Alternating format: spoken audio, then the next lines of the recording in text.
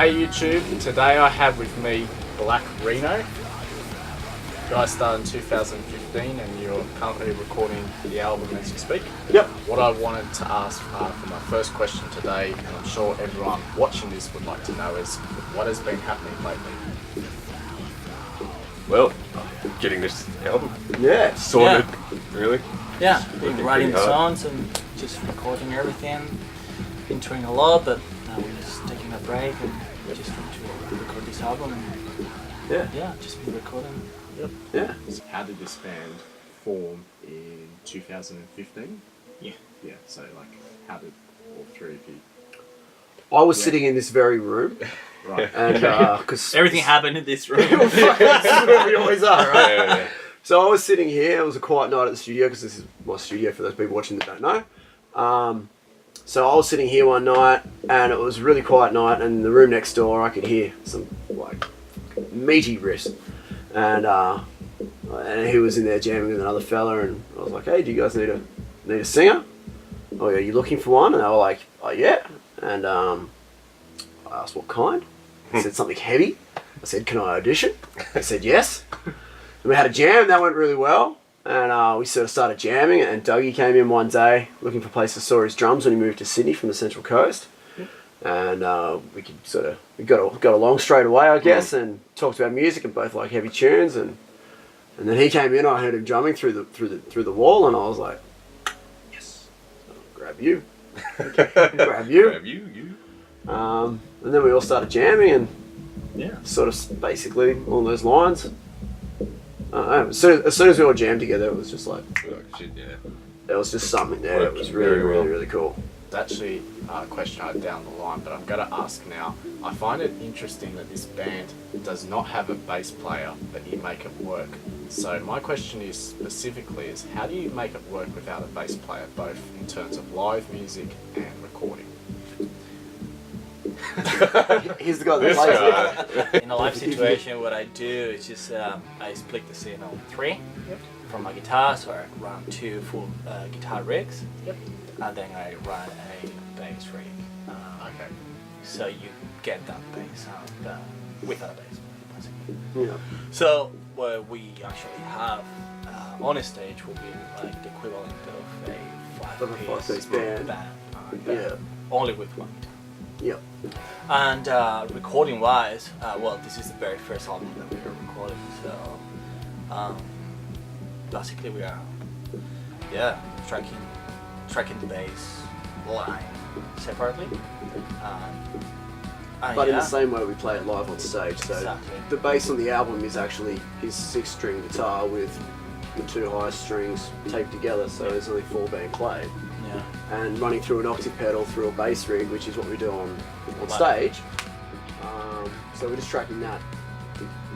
Like that's the bass. That's our bass sound. There's no bass guitar in the album at all. It's all Yeah. So basically as true as possible. You know? yeah. Well, it's literally the same. In relation to playing live, yeah. Yeah, It's it's as close As we can as get. we can get. Do you have quickly any funny stories with audiences or anything that comes to mind or anything crazy? Well, he's the one running around like a maniac. I don't know what you mean. There's a lot of things that happen. Yeah. It would just Everyone's be a just quiet there. night, but everyone that's there is Just going keen mental. to go. Yeah. Oh, okay. Which still, yeah. For example, Which one is of the possible. nights in Texas, when we play in Texas, we Yeah. play in this joint, and it was probably like It's fucking 30 people, 25 people. It wasn't busy. It was was very decent quiet. sized room, and it was quiet. it was very quiet, but It went That was one of the mental. funnest, yeah. it was just Nights we've great. had. It was just Yeah, very. sure. Yeah, that was one of the So most much fun fun. shows we've ever played. Like Blow honestly, up, like blow up sex doll ended up on the stage somehow. just Like, people pass going. around. The room was just electric. Like everyone was just having the best time together, just going crazy. Yeah. People were falling over the stage. Like, it was like it was out of control, and it was Yeah. 25, 30 people. Like, and it was out of control somehow. Even the sound guy was in the Well, audience. the sound dude, Split his man. head open. Me and him, because I run around the crowd quite a bit, and I was running around the crowd, and me and him clashed heads, and I split his head open, and he had blood like pouring down his face. And it's not like an aggressive sort of clash heads. It was just like, oh, whoops, we just clashed heads, both running around being silly. But It's a pretty good vibe when the sound guy can't even stand behind the desk because he just wants to run around and go crazy with you, you know. And he didn't care. He had the best time ever. He loved it. Well, then I want to ask the personal question: is who were your influences, both from your growing up and then for starting this band? Like growing up, I was like Pantera and Metallica, sort of thing, right? Which is, you know, growing up, we'll probably all feel those bands, and then more sludgy story bands as well. I don't know, just been listening to everything. All metal stuff. Pretty much everything heavy. Everything, really, yeah. A little bit of Frank Sinatra, Bing Crosby. You know, the real heavies. You know, the real badasses. You know, Sting. the years with beautiful Stings. Awesome. Michael Bald. Yeah. Yeah.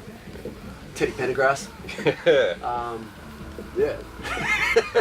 I was probably more punk stuff growing up, like Bad Brains, Dead Kennedys, and Pennywise, and all that kind of stuff.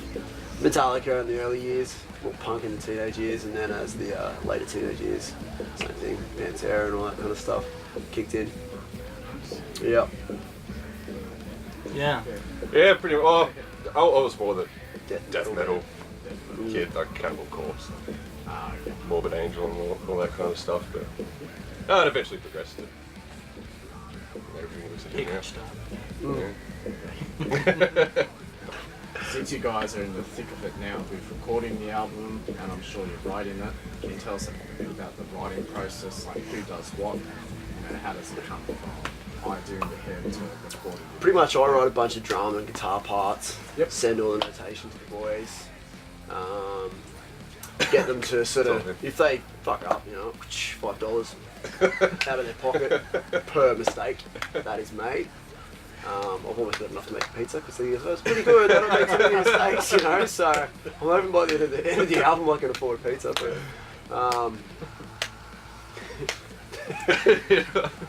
basically jam and riffs and drums and things and vocal lines and stuff, just like freestyle jamming, and then we go, oh cool, that sounded rad, let's maybe if we do that there, and then piece something together that way, as opposed to someone coming in with a fully fledged song. I don't think that's ever happened with us. It's all just jam, basically, orientated. Next two questions would be more on the release side. So, when's this album going to be released? How many tracks will it be? And where can we find it so we can have a listen?